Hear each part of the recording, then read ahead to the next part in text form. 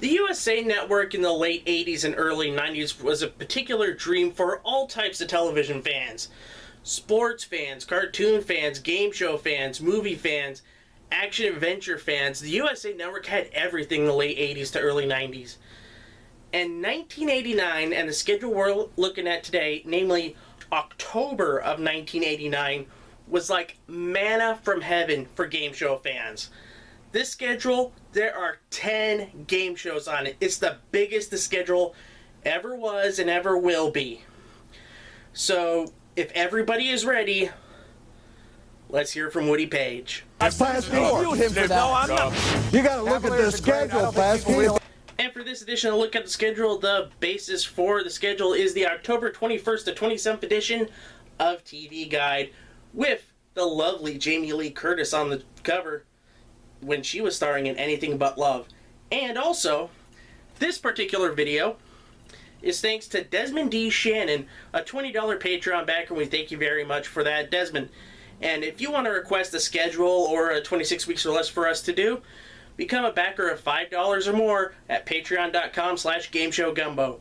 So, if you're all ready, let's hit the schedule, folks. Starting at 12 o'clock, it's the new chain reaction with Jeff Edwards. So the strategy for the USA Network is to start with their original cheaper / Canadian shows, and then later on in the afternoon you have bigger shows worth bigger money. And that's the case with the new chain reactions. They since went to the solo format a year earlier. With the format change, the bonus round starts at $2,000 instead of $3,000. Oddly enough, it is a bigger payday compared to the team format. I guess seeing the $2,000 total number isn't exciting as $3,000 was, but then again, this was cable in the late 80s and also Canada, so it's to be expected. Jeff and Rob Charlebois still had great chemistry when they did the home game, and Jeff was his usual good self here. Even this was during a time he was doing 3 shows at the same time. Oh yeah, during this time he was doing Big Spin for the California Lottery and also doing the revival of Jackpot, which at this time, oddly enough, was actually airing syndicated on most Fox stations with the last word and talk about. It leads me to believe Jeff Edwards was a super trooper because he had did something like this in the past in the 70s with Jackpot and the New Treasure Hunt. He has got to be one of the biggest super troopers in game show history. And with that being said, let's move on. Next up at 12:30, it's Bumper Stumpers with Al Dubois. And Bumper Stumpers just keeps driving, and I mean driving down the highway into its 3rd season. Not much change with Bumper Stumpers save for another budget-saving bonus round. This time out, the champion team picks one person to solve 5 plates which belong to a person, place, or thing. Each plate is worth $100, and after time is up, if any of the plates are solved, a challenge is offered. Triple or nothing if the second player can guess the person, place, or thing that the 5 plates we're talking about. It's a good bonus round and probably the best out of all 3 of them, but with the jackpot being a max $1,500, it did seem to be cheaper than before. I guess the reasoning for this is they saved all those pennies for a big 16-team tournament of champions worth $15,000 at the end of the season, where the whole thing got $10,000 while the runner-ups got $5,000. Seems fair, and the play during that tournament was quite exciting to watch. And that takes care of all the originals for this time around. Jackpot was canceled in '88.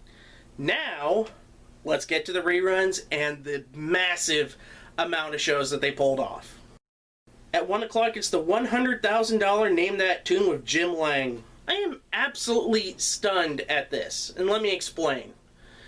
Name That Tune with Jim Lang only ran for 1 season, and yet it lasted for 10 to 15 years in reruns on the USA Network and CBN/Family Channel.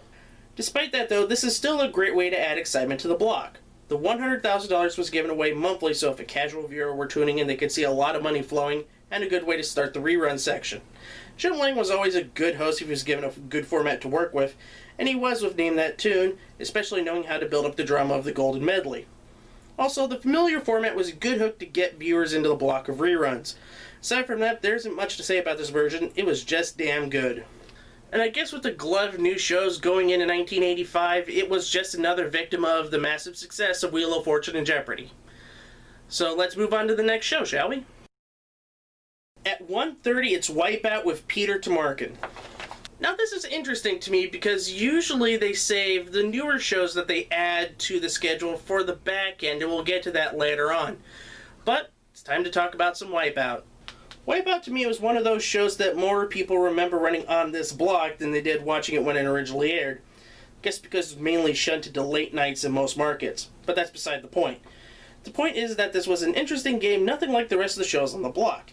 Being a more cerebral game that really did test somewhat obscure knowledge was unlike anything on the block.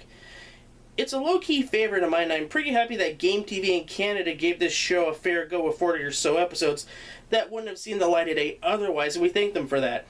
Especially finding the right answers and avoiding the wrong answers is a really easy game to figure it out. Although the board, when it's in its full form and widescreen form, is pretty hard to read though, but that's kind of a minor nitpick with the technology at the time. Peter was his affable self if he absolutely didn't forget what show he was on. I'm going to start with her debut in the 7-Year Itch. Debut in 7-Year Itch. Let's find out. She had small parts earlier. It was not a debut. There's one whammy. Whammy, I finally said it. I knew I would say it. It's all right. I feel better that it's out of my system. It's gone. And now do you want to press your luck or do you want to move on? No, I get it all out of my system. And we'll be seeing more of Peter later on in the block, but right now it's time to press your luck and go to the next show. At 2 o'clock, it's Tic Tac Toe with Wink Martindale. When USA dropped The Joker's Wild in 1987, they immediately picked up Tic Tac Toe right after CBN/Family Channel dropped it from their schedule. This would be the second show to either be produced by or be hosted by Wink Martindale on the schedule so far, with one more to follow in the block. Needless to say, this was a show most people would know Wink from, and it's also a straightforward quiz game, something you honestly didn't see that much of on the old USA game show blocks. Not only that, it's the oldest show on the schedule. By this time, most of the shows were fairly new, but Tic Tac Toe was still in the early 80s when the rest of the schedule was mid to late 80s.